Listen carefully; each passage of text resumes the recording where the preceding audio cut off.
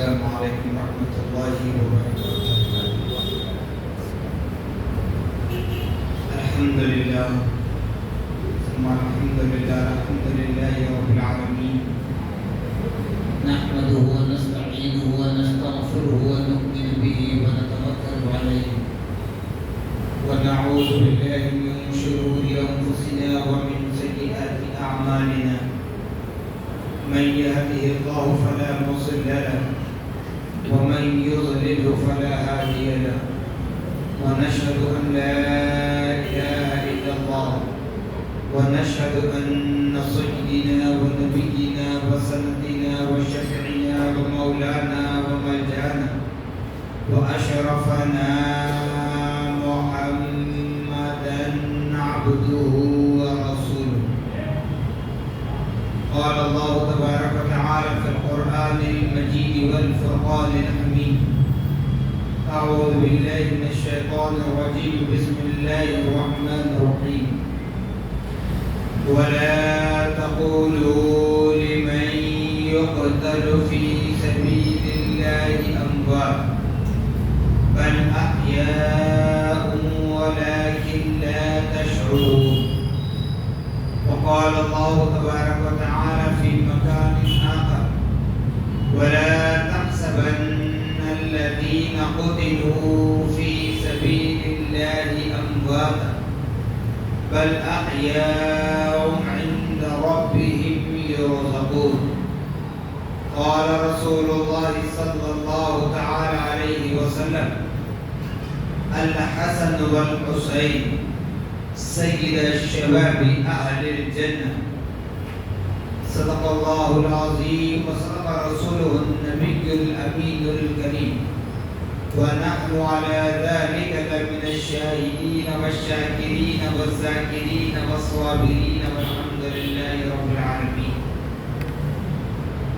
قال الله تبارك وتعالى في شأن حبيبه المصطفى ورسوله المجتبى صلى الله تعالى عليه وسلم: إن الله وملائكته يصلون على النبي يا أيها الذين آمنوا صلوا عليه وسلموا تسليما. اللهم صل على سيدنا شفيعنا مولانا محمد كما تحب وترضى بأن تصلي عليه صلى الله عليه وسلم.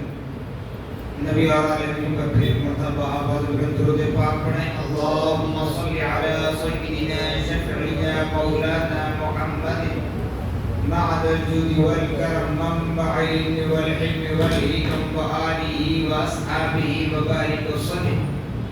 صلاة وسلاما علیک یا رسول اللہ صلی اللہ تعالی علیک وعلی آلک واصحابک وأزواجك وذرياتك وأهل بيتك أجمعين. سبحان ربك رب العزة عما يصفون وسلام على المرسلين والحمد لله رب العالمين. الحمدللہ، تمام تعریفیں اس ذات اقدس کے لیے ہے جو سارے عالموں کا پروردگار ہے، جس نے ساری کائنات کو پیدا فرمایا، ساری کائنات کو روزی دے رہا ہے، میدان محشر کا مالک و مختار ہے. یقیناً اس خدا رب ذوالجلال کا بڑا ہی شکر احسان عظیم ہے کہ اللہ سبحانہ و تعالیٰ نے ہم اور آپ کو اپنے نبی مکرم رسول محتشم صاحب لولاک باعث تخلیق کائنات فخر موجودات حضور تاجدار مدینہ حضرت محمد مصطفیٰ احمد مجتبیٰ صلی اللہ تعالی علیہ وسلم کی امت ببرکت میں پیدا ہونے کا اعزاز بخشا.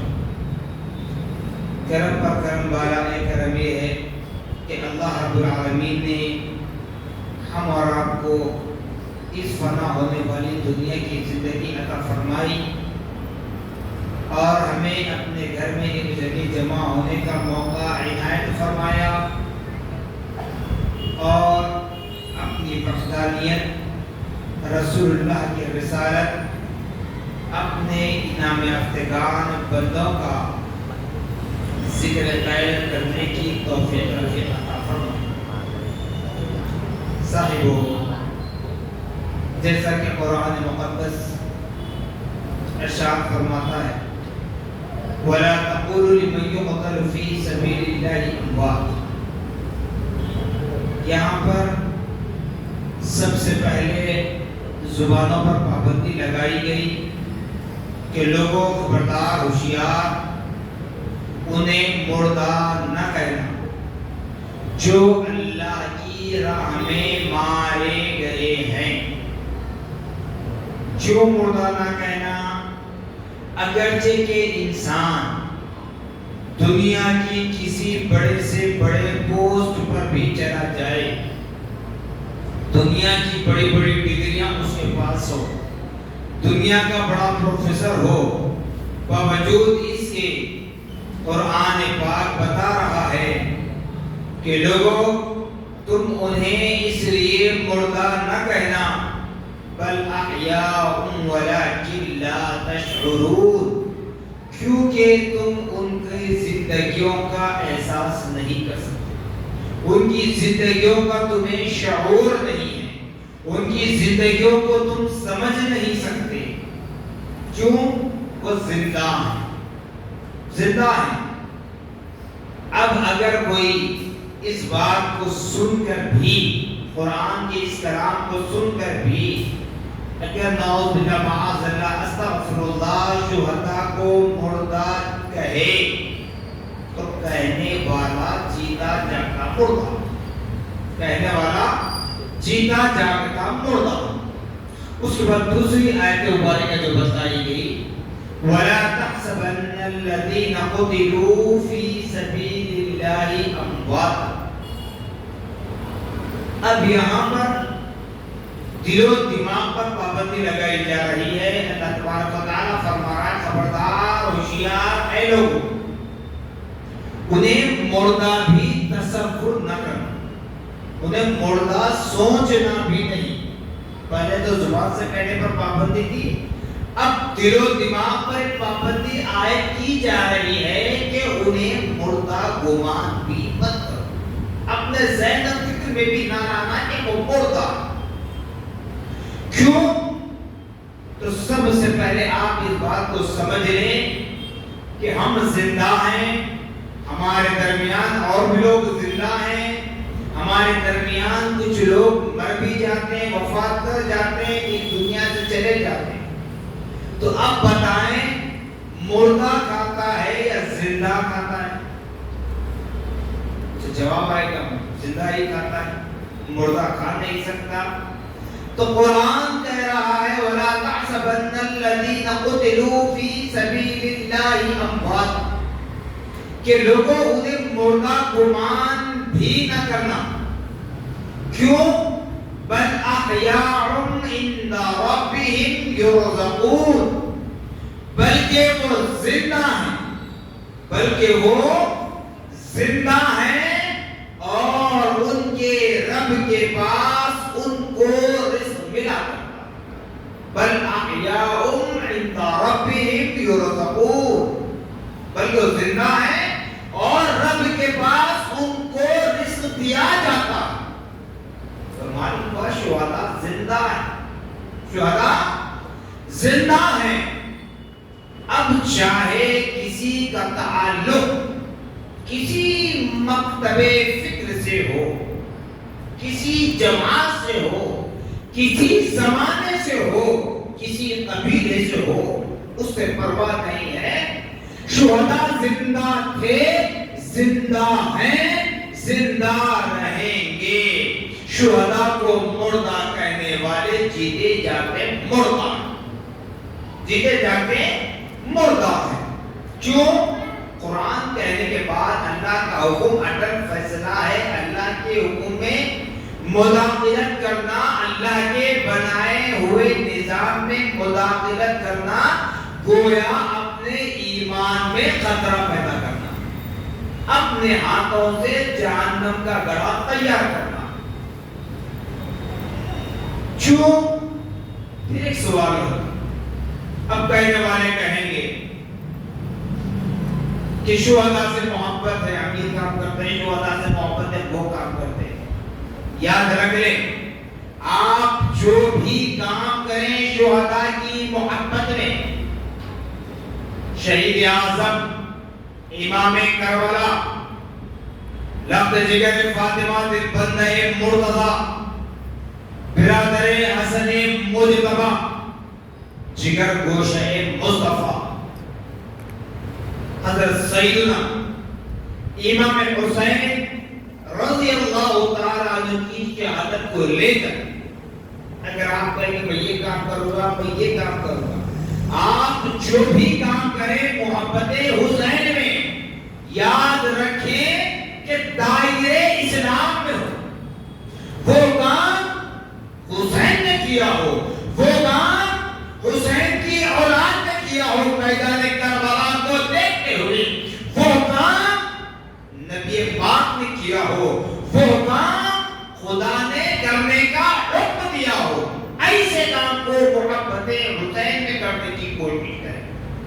ورنہ آج زمانے پر، معاشرے پر نظر ڈالی جائے تو صرف اور صرف بے حیائی اور برے اعمال کے سوا کچھ نہیں ہو رہا، صرف نام لیا جا رہا محبت حسین، یا حسین لبیک یا حسین، کہنے سے کچھ فرق نہیں پڑتا، یا حسین لبیک یا حسین کا پیاج لگا لیں، ربت باندھ لیں، امام ضامن باندھ لیں، اس سے فرق نہیں پڑتا، بلکہ حسینی کردار لے کر چلے، یہ تمہاری ایمان میں تازگی پیدا کرتا ہے، حسینی وقار لے کر چلے، اس سے تمہارے دل زندہ ہو جاتے ہیں، حسین کی تعلیمات کو لے کر چلے، اس سے تم کو سرخوئی حاصل ہوتی ہے۔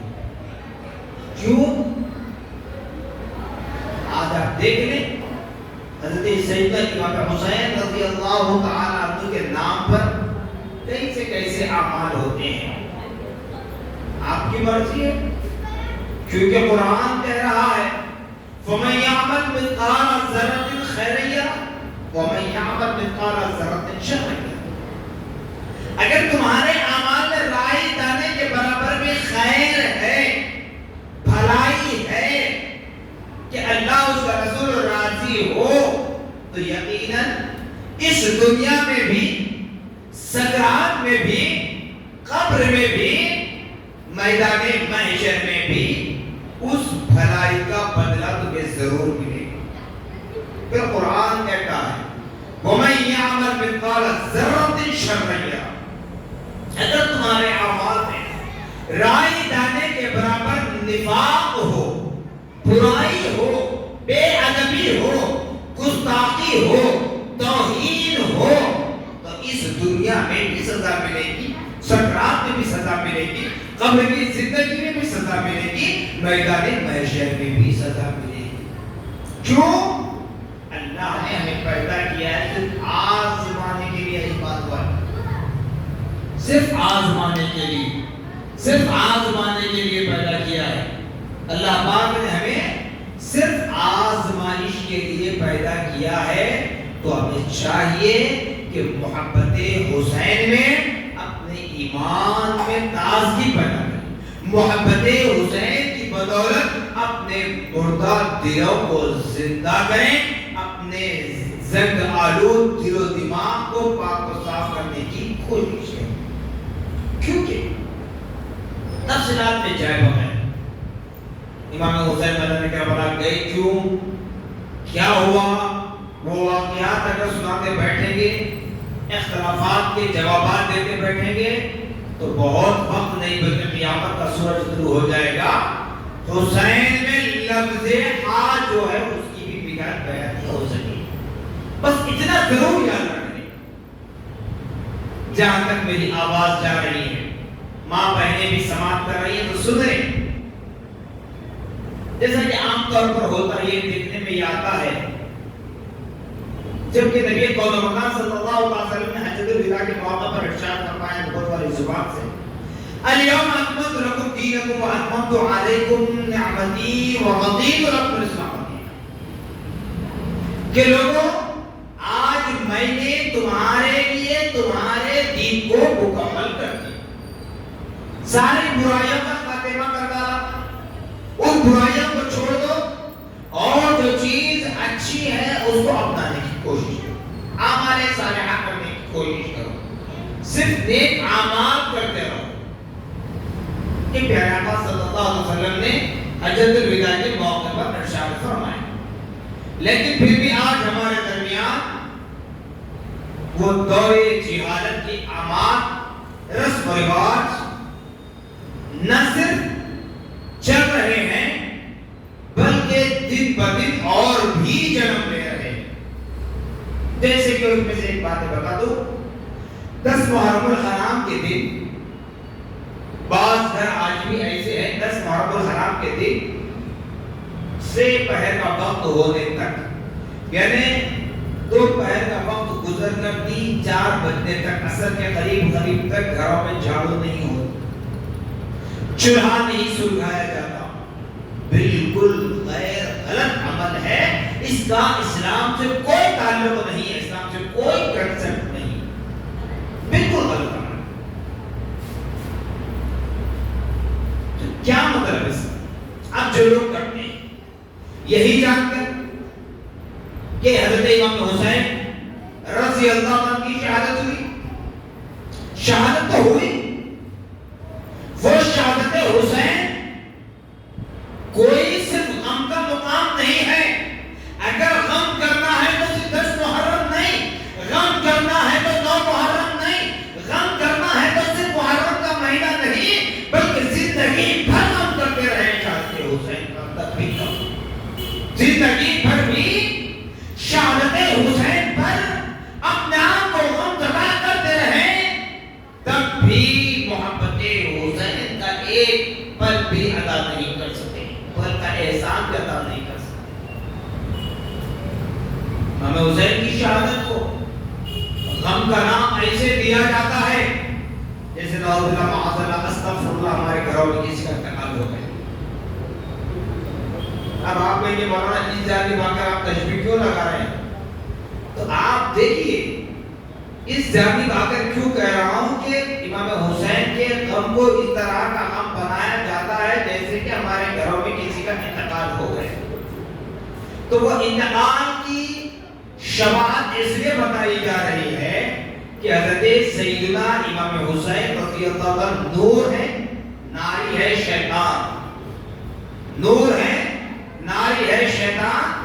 آپ کو بتاتا چلوں کہ امام حسین کی شہادت سے پہلے امام حسین نے مسلم بن عقیل کو کوفہ بھیجا تھا، اسی طرح شیطان نے 40,000 لوگوں کو مسجد میں سے نکالا تھا بحالت نماز، بحالت نماز، یعنی کہ مسلم بن عقیل رضی اللہ تعالیٰ غالباً نماز مغرب کی امامت فرما رہے تھے، 40,000 آدمیوں نے آپ کے ہاتھ میں ہاتھ دے کر بیعت اسلام قبول کیا۔ جب نماز مغرب کی امامت فرما رہے کوفہ کی جامع مسجد میں، تو دیکھا کہ 40,000 لوگ سمے بات کر نماز پڑھ رہے ہیں۔ جیسے ہی ابن زیاد آ کر کہتا ہے کہ تمہیں جان اگر پیاری ہے، ماں باپ کی گود اجاڑنا نہیں چاہتے، اپنی بیوی کو بیوہ کرنا نہیں چاہتے، اپنے بچوں کو یتیم کرنا نہیں چاہتے، تو فوراً نکل جاؤ۔ یعنی حالت نماز میں اٹھایا شیطانی نسل ابن زیاد نے۔ جب مسلم بن عقیل رضی اللہ تعالیٰ عنہ کو پتا چلا، یعنی نماز سلام پڑھنے کے بعد جب نماز مکمل ہوئی، دیکھا کہ کوئی نہیں ہے بلکہ آپ کے فرزندان اور محمد بھی تھے، وہ بھی نہیں، وہ بھی نہیں ہے۔ تو یعنی معلوم ہوا یہ شیطانی عمل ہمیشہ سے ہوا اور ہمیشہ ہوتا رہے گا، قیامت تک ہوتا رہے گا۔ یہی وجہ ہے آج ہم اللہ کے گھر میں بیٹھنے کے لیے تیار نہیں ہوتے، کیونکہ ہم کو نشو نمائی پسند ہے، شہرت پسند ہے، میدان پسند ہے، سڑکیں پسند ہے، خدا کا گھر پسند ہے، کیونکہ یہاں اللہ کے رحمتوں کا نزول ہوتا ہے. یہاں لوگ کوئی دیکھتے نہیں، کوئی تعریف کرتے نہیں، لیکن اللہ کے فرشتے ہمارے لیے دست بدعا ہو جاتے ہیں. اللہ تعالیٰ گواہ ہو جاتا ہے، اللہ کے فرشتے ہمارے لیے گواہ ہو جاتے ہیں. تو بہرحال کہنے کا مقصد یہی ہے کہ حضرت سیدنا امام حسین رضی اللہ تعالیٰ عنہ کی شہادت کا غم منانا ہے. تو یہاں ایک بات ضرور یاد رکھ لیں کہ پیارے آقا صلی اللہ تعالیٰ علیہ وسلم نے ارشاد فرمایا میری امت میں سب سے بڑا بخیل وہ ہے جو علم سیکھے اور دوسروں کو نہ سکھائے، دوسروں کو نہ بتائے، وہ سب سے بڑا بخیل. عام طور پر ہم کیا کرتے ہیں؟ جو کھانے پینے میں، پیسہ خرچہ کرنے میں اپنے ہاتھ کو کھینچتا ہے، بخالت کرتا ہے، اس کو کنجوس کہتے ہیں، وہ ہمارا عمل ہے.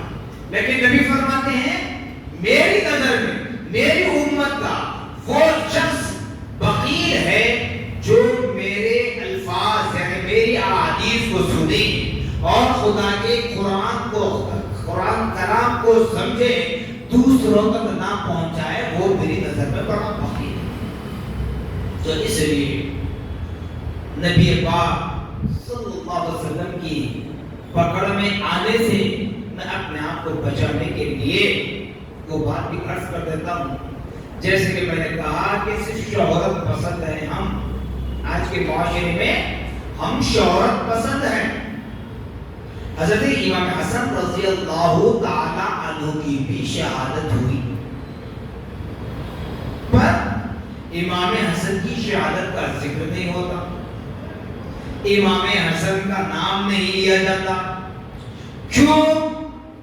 اسی وجہ سے کہ حضرت امام حسن رضی اللہ تعالی عنہ کی شہادت ایک شہادت سری.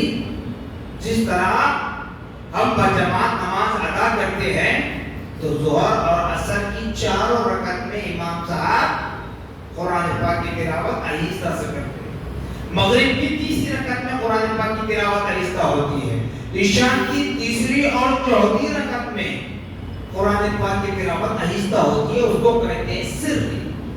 تو امام حسن کی شہادت بھی شہادت سری ہے، یعنی کہ آپ کو زہر دے کر مارا گیا.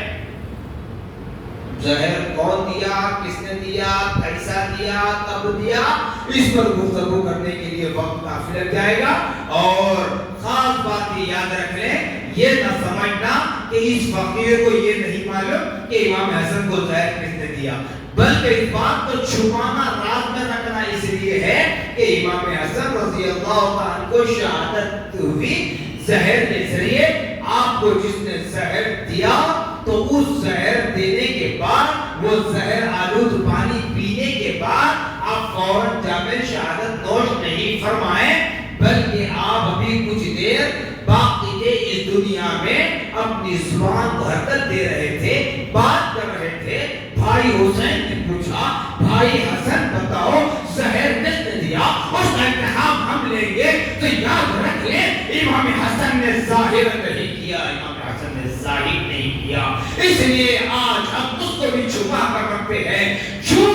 جس کو زہر دیا گیا اس ذات نے اس کو چھپا کر رکھا، اس کو ظاہر نہیں کیا تاکہ فتنہ برپا نہ ہو. تو اس لیے آج ہم معلوم ہونے کے باوجود بھی خاموشی اختیار کرنا چاہتے ہیں تاکہ امام حسن کے نقش قدم پر ہم چل سکیں.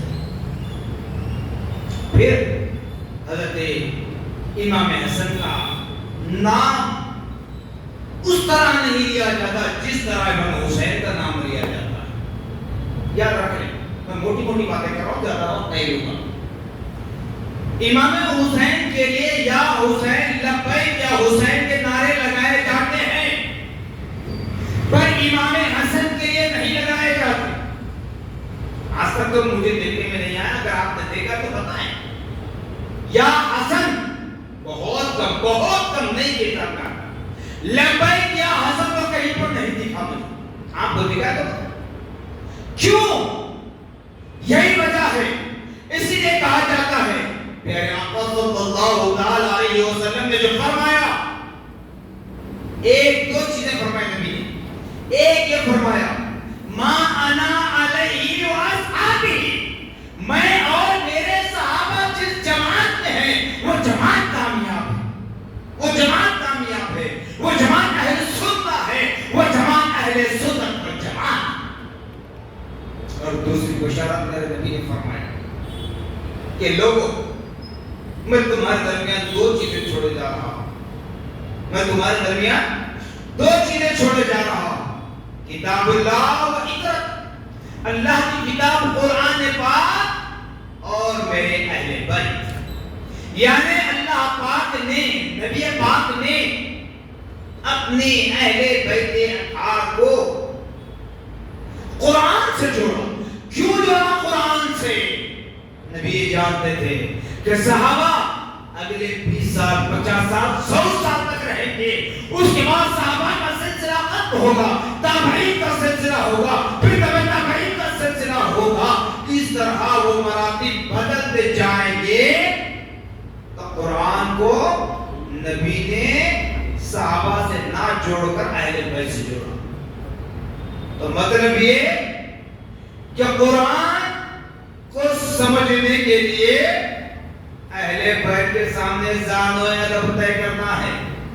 قرآن کیسے اترتا تھا، قرآن کو کیسے مدبر کیا گیا، قرآن کو کس طریقے سے عام کیا گیا، یہ سمجھنے کے لیے صحابہ اکرام رضوان اللہ عنہم اجمعین کے سامنے ذات و ادب طے کرنا. تو ہمیں نبی کے گھر والوں سے بھی محبت کرنا ہے، نبی کے در والوں سے بھی محبت کرنا ہے. جو نبی کے گھر میں داخل ہے ان سے بھی محبت رکھنا ہے.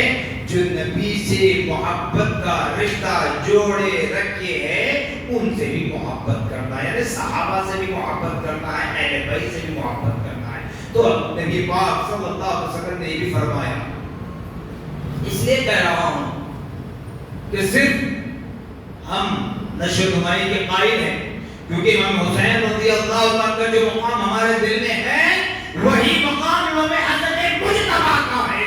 امام حسن مجتبی کا جو مقام ہے، ان کی جو تعظیم ہمارے دل میں ہے وہی تعظیم ہمارے سینوں میں امام حسین کی ہے.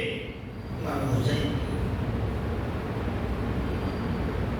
مگر نبی قول مقام صلی اللہ علیہ وسلم کبھی تنہا حسین سے محبت نہیں کی. دونوں کو دونوں مانڈیوں پر بٹھایا کرتے، ایک مانڈی پر حسن ایک مانڈی پر حسین، ایک کانٹے پر حسن دوسرے کانٹے پر حسین. نبی دونوں سے محبت کرتے، نبی دونوں سے محبت کرتے. مگر آج ہمارا معاشرہ کچھ ایسا ہو چکا ہے ون سائڈ چلنا چاہتے ہیں. اختیار ہے میرے بھائی، اختیار ہے، اپنی اپنی زندگی کے خود ذمہ دار ہے، رب کی بارگاہ میں جواب دینا ہے. لیکن نبی پاک صلی اللہ علیہ وسلم کے اس فرمان کو بھی سنیں. میرے پیارے آقا صلی اللہ علیہ وسلم نے فرمایا میرا بیٹا حسن موت کو اس وقت تک اپنے سینے سے نہیں لگائے گا جب تک کہ وہ مسلمانوں کے دو بڑے قبیلوں کے درمیان صلح نہ کرے. میرا بیٹا حسن موت کو اس وقت تک اپنے سینے سے نہیں لگائے گا جب تک کہ وہ مسلمانوں کے دو بڑے قبیلوں کے درمیان صلح نہ کرے. اب مسلمانوں کے دو بڑے قبیلے اس وقت کون تھے؟ ایک ہے بنو ہاشم، ایک ہے بنو امیہ. بنو ہاشم حضرت علی کرم اللہ وجہ الکریم رضی اللہ تعالی عنہ، بنو امیہ حضرت امیر معاویہ رضی اللہ تعالی. اختلافات اپنی جگہ، مگر میرے نبی نے فرمایا میرے صحابہ آسمان پر تاروں کے مانند ہیں، تم ان کی اقتدا کرو تو کامیاب ہو جاؤ. اور نبی بشارت دے رہے ہیں کہ جب تک میرا بیٹا حسن موت کو اپنے سینے سے نہیں لگائے گا، جب تک ان کے درمیان جو اختلافات کو ختم کر کے سلسلہ کا معاملہ نہ کرے. وہ تھا خلافت کا. حضرت علی کرم اللہ وجہ کریم رضی اللہ عنہ کی شہادت کے بعد حالات نازک ہوتے جا رہے تھے.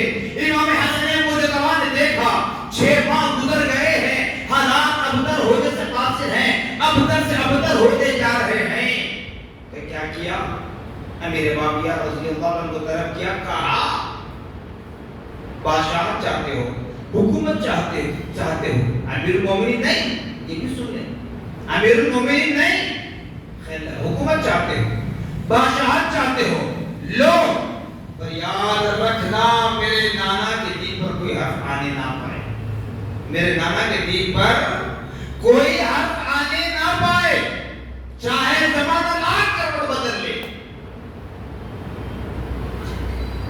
قبول کیا میرے معاویہ نے، قبول کیا، امام حسن نے صلح کر لی، تو ہم امیر معاویہ سے صلح کرنے والوں کے ساتھ ہیں، امام حسن کے دست حق پرست پر ہاتھ دے کر بیعت لینے والی ذات امیر معاویہ کے ساتھ، چاہے کوئی کچھ کہے، فیصلہ خدا کرنے والا ہے، انجام خدا دینے والا ہے، انتقام خدا لینے والا ہے، بدلہ خدا دینے والا ہے، دنیا کوئی کچھ نہیں کر سکتی۔ ہم حسنی ہیں، ہم حسینی ہیں۔ کیوں؟ میرے نبی نے فرمایا میرا بیٹا حسین موت کو اس وقت تک اپنے سینے سے نہیں لگائے گا جب تک کہ وہ دشمنان اسلام کے جھرمٹ میں، تلواروں کے سائے میں، تیغوں کے سائے میں نماز ادا نہ کرے، الہ کلمۃ الحق کی صدا بلند نہ کرے۔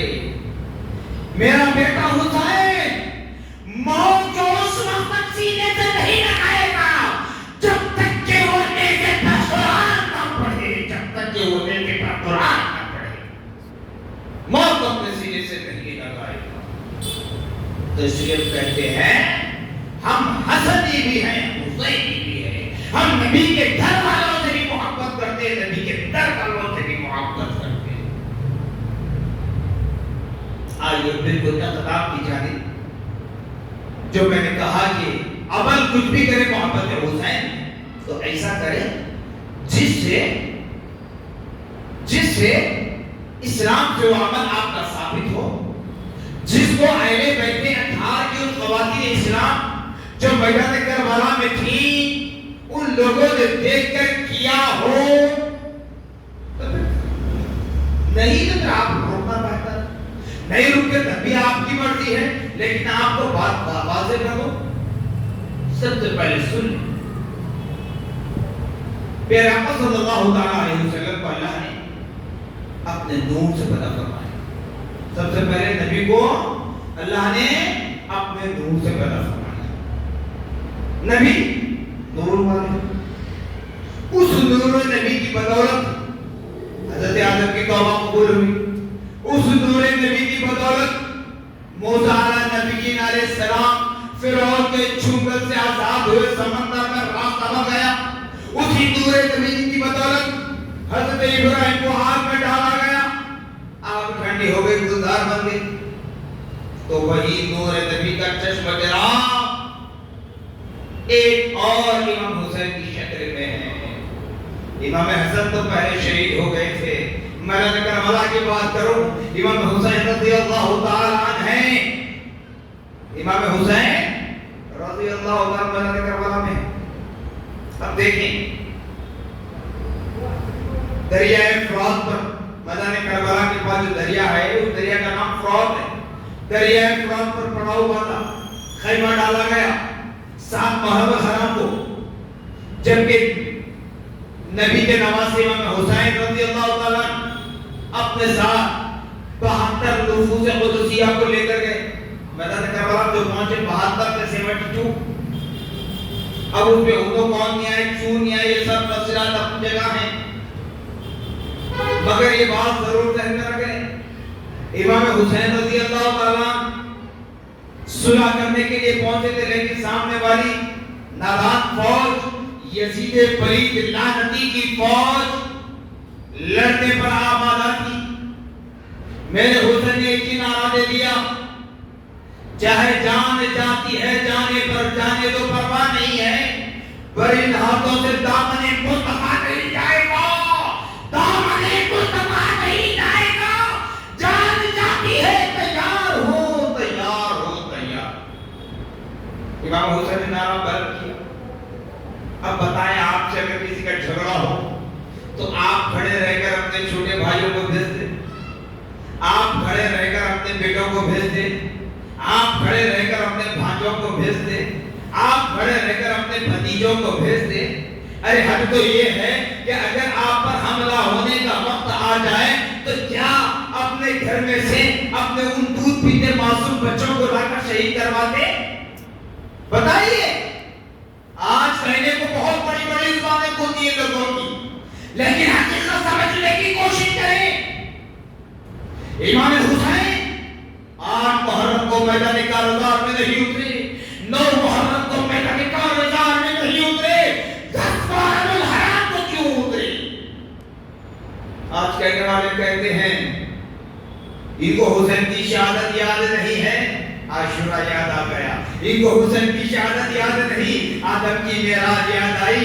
ارے بھائی میرے یاد رکھنا، عاشورے کو فضیلت روزے عمل سے ہے اور اللہ کا فیصلہ ہے۔ جیسے انبیاء و رسول کے لیے اللہ پاک نے فرمایا، تیسرے پارے کی ابتدائی آیت ہے، تلک الرسل فضلنا بعضهم علی بعض۔ ہم نے انبیاء و رسول کو بھیجا اور بعض کو بعض پر فوقیت دی۔ یہ اختیار رب کو ہے، بندوں کو نہیں۔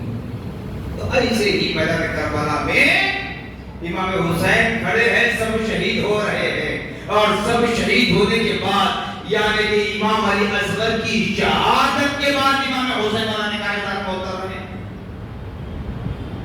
دریائے فرات پر پڑاؤ ڈالا گیا، دریائے فرات پر پڑاؤ ڈالا گیا، خیمہ باندھا گیا، دریائے فرات کا پانی بند کیا گیا۔ ارے ذکر شہادت اگر کرنا ہے، امام حسین کا تذکرہ کرنا ہے، یاد رکھ لو امت مسلمہ کے لوگوں، شہادت حسین ایسے بیان کریں جس سے نوجوانوں میں جذبہ شہادت پیدا ہو۔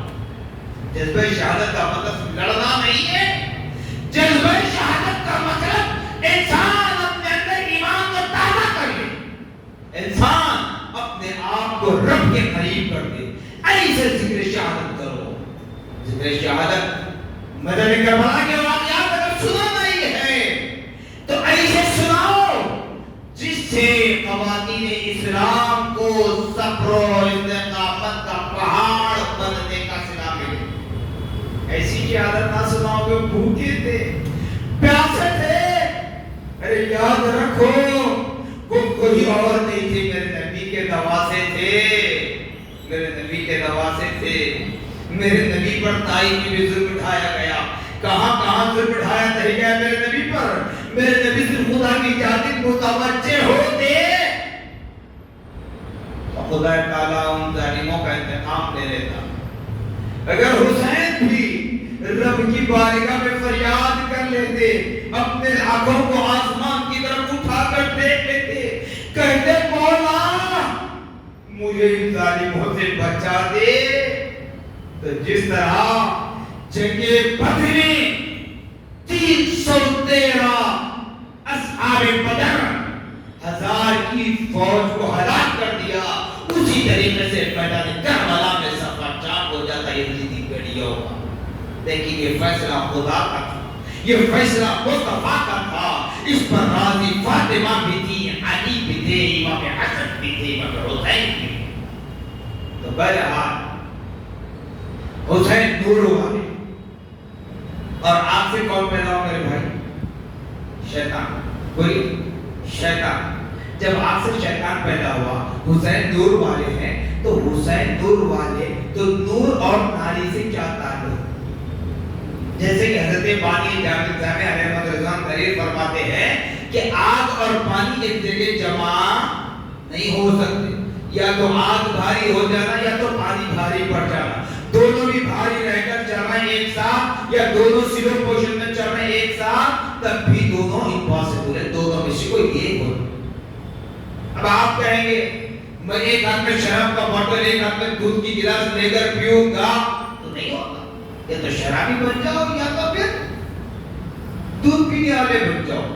مثال بتاؤ تو یہی بات، نور اور ناری، نور ہے نبی کے نواسے، ناری ہے شیطانی آگ۔ انگار پر ناچنا. امام حسین آنگ میں آتے, واہ واہ.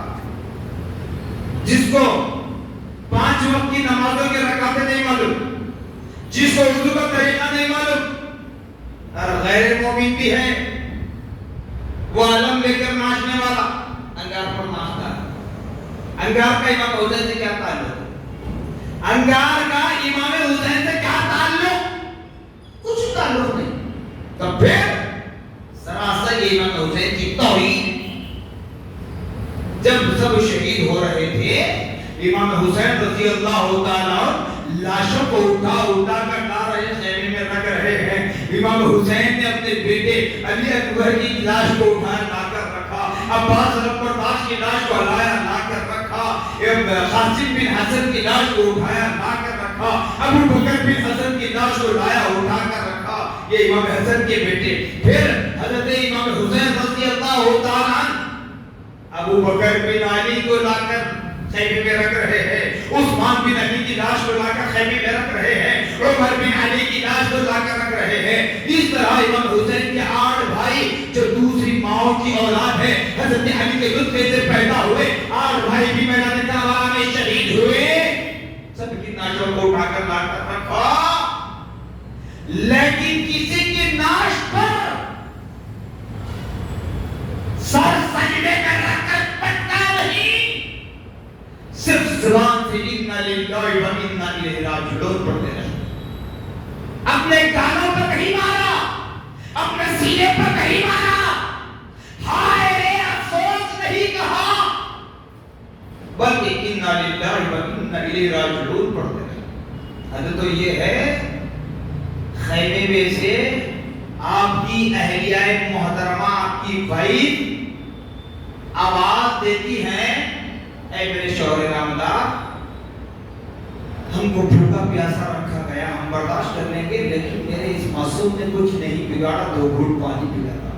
وہ کون ہے؟ حضرت علی اصغر رضی اللہ تعالی, امام حسین کے چھوٹے بیٹے, تیسرے بیٹے. جب امام حسین نے اپنی آغوش کو لے کر خیمے کے باہر آیا اور یزیدیوں سے کہا کہ اس معصوم نے تمہارا کچھ نہیں بگاڑا, 2 گھونٹ پانی پلا دو. یزیدیوں نے کیا کیا؟ تیر کمان میں تان کر حضرت امام علی اصغر رضی اللہ تعالی عنہ کے حلق کو نشانہ بنایا. وہ تیر امام علی اصغر رضی اللہ تعالی عنہ کے حلق میں چم کر نکل کے امام حسین کے بازو میں پیوست ہو گئی. امام حسین نے سر پٹک کر رویا نہیں, واویلا نہیں کیا, سینہ کو بھی نہیں کی, بلکہ اس معصوم ناش مبارکہ کو لے جا کر اپنی بیوی کی آغوش میں دیتے ہیں, کہتے ہیں لو آپ کے بیٹے نے ایسا جام پی لیا اب قیامت تک پیاسا نہیں ہوگا. تو آپ کے بیٹے نے ایسا جام پی لیا اب قیامت تک پیاسا نہیں ہوگا. تو معلوم ہوا انگار سے میرے حسین کا کوئی تعلق نہیں ہے. علاوہ بنا کر انگار کے کڑے بنا کر انگار جلا کر اس پر چلنا, گویا آپ محبت کی آڑ میں نفرت کر رہے ہیں اور دنیا میں ہی اس آگ پر چلنے کی کوشش کر رہے ہیں, کیونکہ نفرت حسین کا نتیجہ جہنم کی آگ میں چلنا ہے, اس لیے تم یہاں پر تیاری کر رہے ہیں. امام حسین کا سے کوئی تعلق نہیں. اور حضرت امام حسین کے نام پر ماتم کر لی تھی آپ کی مرضی, لیکن امام حسین کا شیوا نہیں. علی اکبر کی جوانی لٹ گئی. امام علی اصغر رضی اللہ عنہ 6 ماہ کے دودھ پیتے لڑکے کو بھی شہید ہوئے, لیکن امام حسین نے تفسیرہ کو بھی نہیں کی, بلکہ علی اصغر کی شہادت کے بعد 10 محرم الحرام کو حضرت امام حسین رضی اللہ تعالی عنہ میدان کربلا میں اترتے ہیں. کیسے؟ نانا جان کونین کے امامے کو اپنے سر پر پہنتے ہیں, ماں فاطمہ رضی اللہ عنہ کی چادر تدبیر کو کمر کا پٹا بناتے ہیں, اور والد بزرگوار حضرت علی کرم اللہ وجہ کریم رضی اللہ تعالی کی ذوالفقار حیدری کو اپنے ہاتھ میں لیتے ہیں, اور بھائی حضرت مولا تبا کی ڈھال کو اپنے ہاتھ میں لیتے ہیں, میدان کربلا میں نکلتے ہیں. یہ نہیں کہتے کہ ظالموں تم نے میرے چھوٹے بچے کو بھی نہیں بخشا, میرے چھوٹے بچوں کو میرے چھوٹے بچے کو بھی شہید کر دیا، یہ نہیں کہتے بلکہ اترتے ہیں میدان کربلا میں پیارے جملوں کا خطبہ دیتے ہیں، اے ظالموں خدا صداقت سے کام لو، کیونکہ نبی کا کلمہ پڑھنے والے تھے وہ بھی، صداقت سے کام لو، سچائی سے، بھلائی سے۔ کہتے ہیں کہ دادا تمہاری نادانی ہے، میں مانتا ہوں، اب تک کے جتنے تم نے قتل کیے وہ سارے قتل انسانی کہلائیں گے، وہ سارے قتل انسانی کہلائیں گے۔ اب میں پردے سے پیچھے نہیں ہٹتا، ڈرتا نہیں۔ اگر تم مجھے قتل کرو گے نا، قتل انسان نہیں قتل اسلام ہو جائے، لہذا میرا قتل کرنے سے بچ جاؤ۔ مگر نادان نہیں سمجھتے، کیونکہ اللہ نے مہر لگا دیا ان کے سینوں پر، سننے والے نہیں ہیں۔ اب امام حسین تلوار چلا رہے ہیں، بتایا جاتا ہے کہ تلوار چل رہی ہے، ایسی چمک نظر آ رہی تلوار میں، جیسے تلوار حرکت کرتی ہے، یزیدی بھیڑیے کٹ کٹ کر زمین پر گرتے جاتے ہیں، اور امام حسین رضی اللہ تعالیٰ عنہ کی تلوار کی چمک کو دیکھ کر ابن زیاد اعلان کرتا ہے کہ اے سپاہیوں، کسی نہ کسی طریقے سے حسین کو ختم کر دو، ورنہ تاریخ بن جائے گی کہ اسلام کے ایک سپاہی نے مل کر ساری یزیدی فوج کو ہلاک کر دیا۔ جیسے امام حسین نے سنا، اللہ کی حمد و ثنا بیان کرتے رہے، اور نادان امام حسین پر تیر تلوار چلا رہے ہیں، حملہ کر رہے ہیں، کوئی زخم نہیں دیکھتے، تو آخر میں آپ جس گھوڑے پر سوار تھے، جس سواری پر سوار تھے، کوئی دودھ کہتے ہیں، کوئی گھوڑا کرے، جو بھی سوار جس پر آپ سوار تھے، تو اس کو تیر مار کر گرا دیتے ہیں۔ جب وہ گر جاتا ہے تو امام حسین اس وقت پھر خطبہ دیتے ہیں، اے ظالموں، یاد رکھنا تم مجھ پر کتنے ہی تیر و تلوار چلاتے رہو، میرے جسم کا کوئی حصہ ایسا نہیں ہے جس کو میرے نبی نے بوسہ نہیں دیا ہوگا، اور خاص طور سے یہ پیشانی، یہ گال، یہ حلق وہ حصہ ہے جس کو میرے نبی بار بار چوما کرتے تھے، بار بار چوما کرتے تھے، اور یہ حلق وہ ہے جس حلق سے میرے نانا جان کو نے بار بار اپنا لعاب تحت میرے منہ میں ڈالا کرتے تھے، جس حلق سے نبی کا لعاب تحت میرے حلق سے نیچے اترتا تھا، میرے پیٹ میں جاتا۔ مرتادہ نے اتنا سننے کے بعد بات نہیں آئی، تو حسین نے پوچھا، اے دادا نے بتاؤ کیا دن ہے؟ جمعہ کا دن ہے، وقت کیا ہو رہا ہے؟ جمعہ کا وقت ہو رہا ہے۔ تب حسین نے کہا نماز کا وقت ہے، تو پھر میرے نبی کی، میرے نانا کی امت کے علماء خطبہ میرے نانا کے منبر پر خطبہ دے رہے ہوں گے، مجھے 2 رکعت نماز پڑھنے کا موقع دو۔ نہیں مانا۔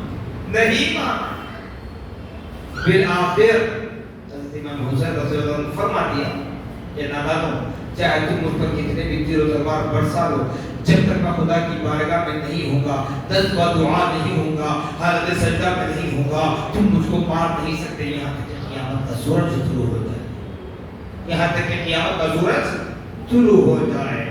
ایسا کہہ کر وقت اثر نے جب آواز دی تو امام حسین نے اپنی تلوار کو نیام میں ڈال لیا اور نماز کے تیار ہو گئے۔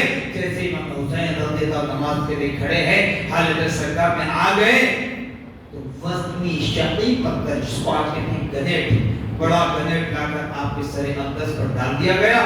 پھر شمر ذوالجوشن، شمر لعین، لعنتی، جس پر جنت حرام ہو، اللہ کی رحمت حرام ہو، جہنم کی آگ ڈالا جائے گا، وہ اور اس کی نظریں، اس نے امام حسین کے جسم اقدس سے سر انور کو جدا کر دیا، کاٹ دیا۔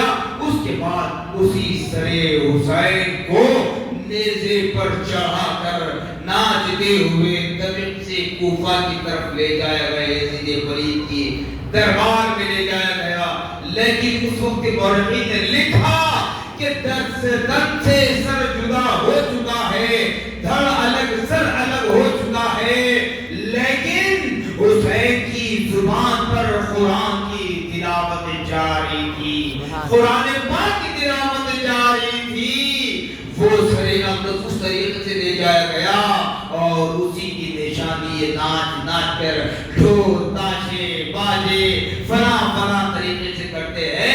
اس لیے آپ سے ہاتھ جوڑ کر ملتمس ہوں، التجا کرتا ہوں کہ حسین جذبہ کر ہے، حسین محبت کر ہے، پنج وقتہ نمازوں کے ذریعے مساجد کو آباد کریں، پنج وقتہ نمازوں کے ذریعے گھروں کو قبرستان ہونے سے بچائیں۔ اگر ماں فاطمہ رضی اللہ تعالیٰ تھا اور آپ کی دختران سے اگر محبت ہے، میدان کارزار میں جو خواتین اسلام نے صبر و استقامت کے ساتھ ان نعشوں کو دیکھا، وہ سچی محبت اگر ہے، ہماری ماں ہو، بہن ہو، بیوی ہو، بیٹی ہو، خاندان کی کوئی عورت ہو، اس کے اندر یہ محبت فاطمہ ہے، تو انہیں چاہیے کہ جس طرح ماں فاطمہ رضی اللہ تعالیٰ عنہا اپنے زندگی میں پردہ کی، اس طرح پردہ کرنے کی کوشش کریں اور ایسے اعمال اختیار کریں جس سے امام حسین بھی محبت کرے، امام حسن بھی راضی ہو، شہداء کربلا بھی راضی ہو، حضرت علی بھی راضی ہو،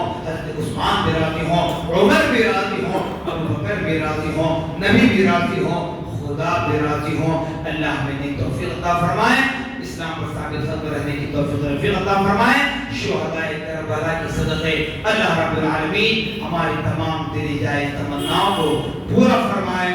شہداء کربلا کے صدقے طفیل پیارے آقا صلی اللہ علیہ وسلم کی سنتوں پر چلنے والا بنائے اور شہداء کربلا کے نام پر محبت کرنے میں وہ عمل ہمیں اختیار کرنے کی توفیق عطا فرمائے جس سے اللہ اس کا رسول راضی و خوش ہو۔ ان اللہ و ملائکتہ یصلون علی النبی یا ایھا الذین آمنوا صلوا علیہ وسلم تسلیما۔ اللهم صل علی سیدنا شفیعنا مولانا محمد وعلى آلہ وصحبہ وسلم عدد ما لم يذكر وبارك وسلم۔